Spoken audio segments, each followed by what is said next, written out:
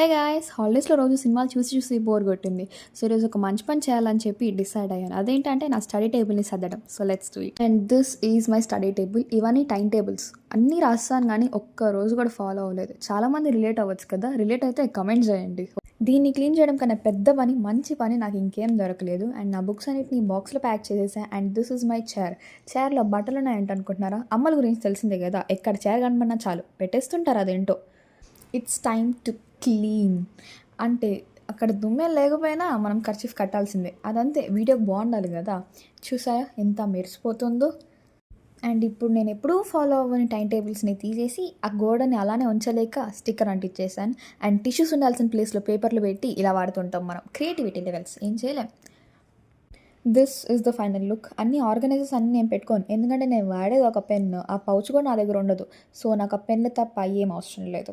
And ఇంత కష్టపడిపోయినాక ఆ movie ఖచ్చితంగా చూడాల్సిందే. And that's all for today.